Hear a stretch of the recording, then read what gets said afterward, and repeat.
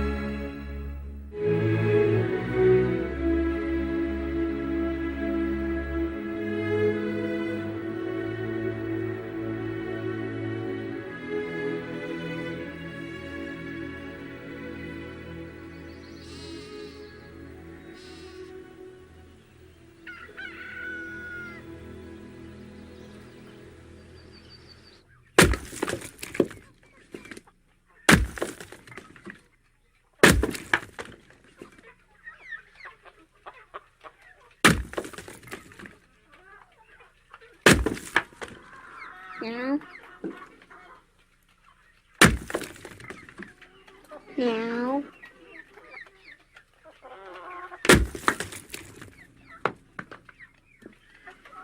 Now.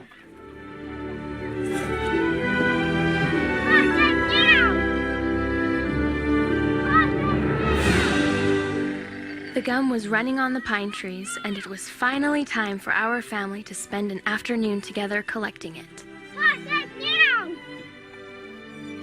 Pause it now! It was, for me, the most exciting day of the summer.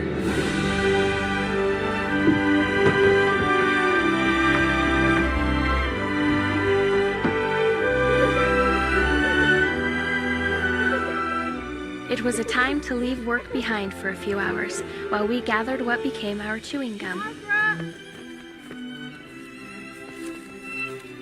If I hadn't been so excited by it all, I think I would have known something was wrong the moment Papa pulled me aside. Belle? Belle? Belle! I need someone. He said that Mother had the baby to look out for, You're it. and Joe was too little for the trip, so I needed to stay home and tend to him. There was no arguing with my father. You take good care of Joe. Next year you'll. But I was devastated. I had helped fix the lunch and made shortbread for a treat. To be left behind was more than my little heart could bear.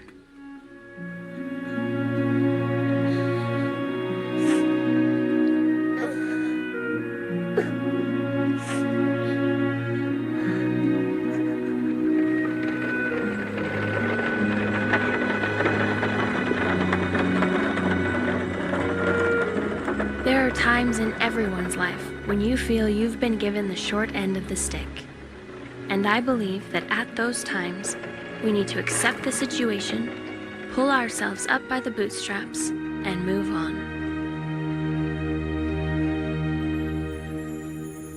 But on that day in 1885, I had not yet learned that lesson. Nor did I want to, because I had an idea. Papa said I had to tend to Joe, but why did it have to be here? I reasoned that I would just take Joe up and tend him there at the picnic. I had found the perfect solution, though I knew in my heart that what I was about to do was wrong.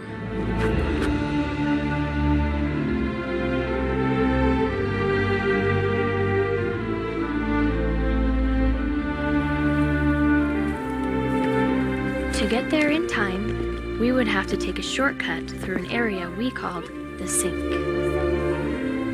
The Sink was a gully cut high in the mountains with steep sides and a deep, icy lake at the bottom.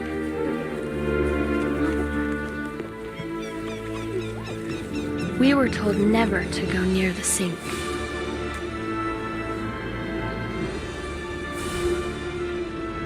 But I told myself that my father would forgive me for bringing Joe through this area, when he realized how great a plan I had made.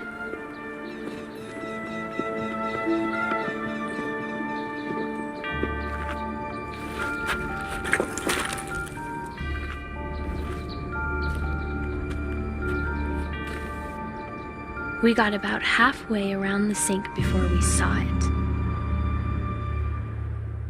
The path had been blocked by a huge rock slide.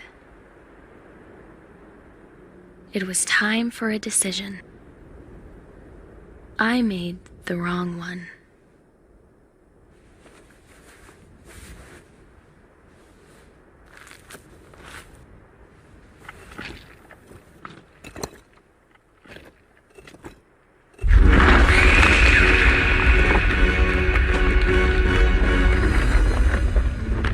I knew we were about to be killed.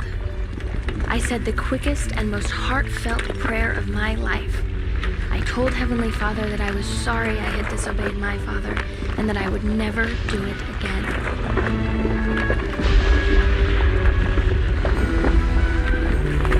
The instant I finished that plea, I felt a force lift us out of danger and set us back on the path. Not on the path leading toward the picnic, but on the side leading back home.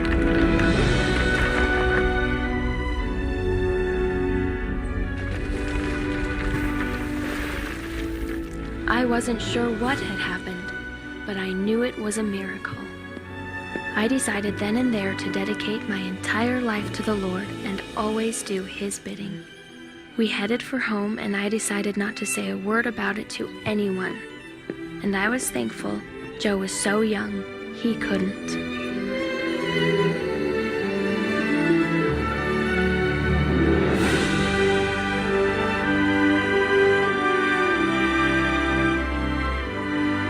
I tried my best to keep my word. I began to study the scriptures, and from then on always respected and obeyed my father.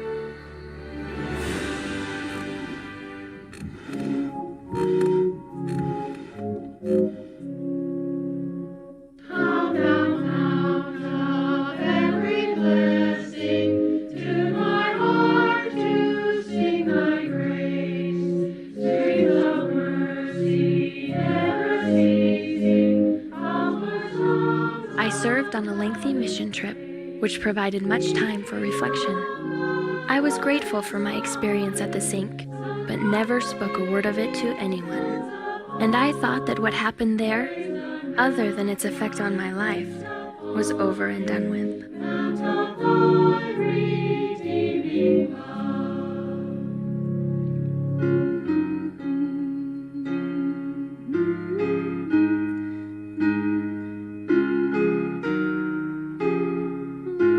When I returned from the mission trip, Joe had moved away. Before long, Father wanted to have a talk. Al, were you and Joe ever in trouble at the sink? Why do you ask? While you were on your mission trip, Joe became very ill. We didn't tell you. We didn't want you to worry. He was very sick with the fever.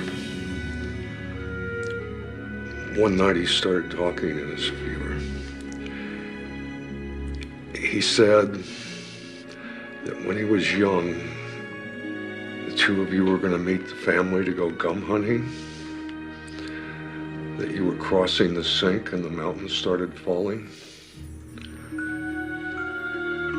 He said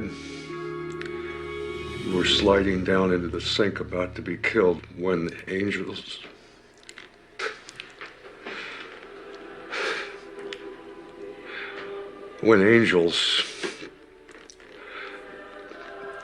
picked you up in their arms, removed you from the danger, and carried you back to the path.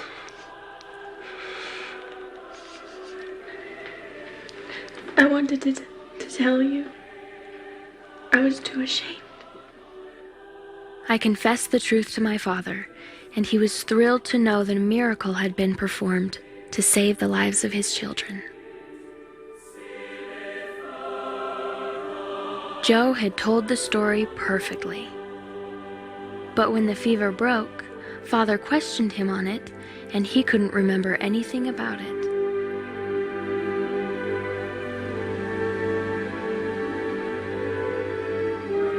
For a time, I wondered why Joe would be allowed to see angels when I saw nothing. Then, as I have thought and prayed about it, I realized that I was the one who had disobeyed Father, but Joe was still so innocent and pure. His eyes could see what mine could not.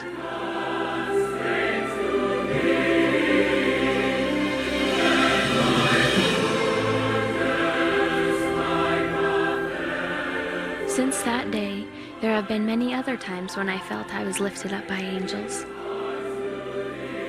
But it was that day at the sink when a miracle turned my life around and put me back on the path toward my eternal home.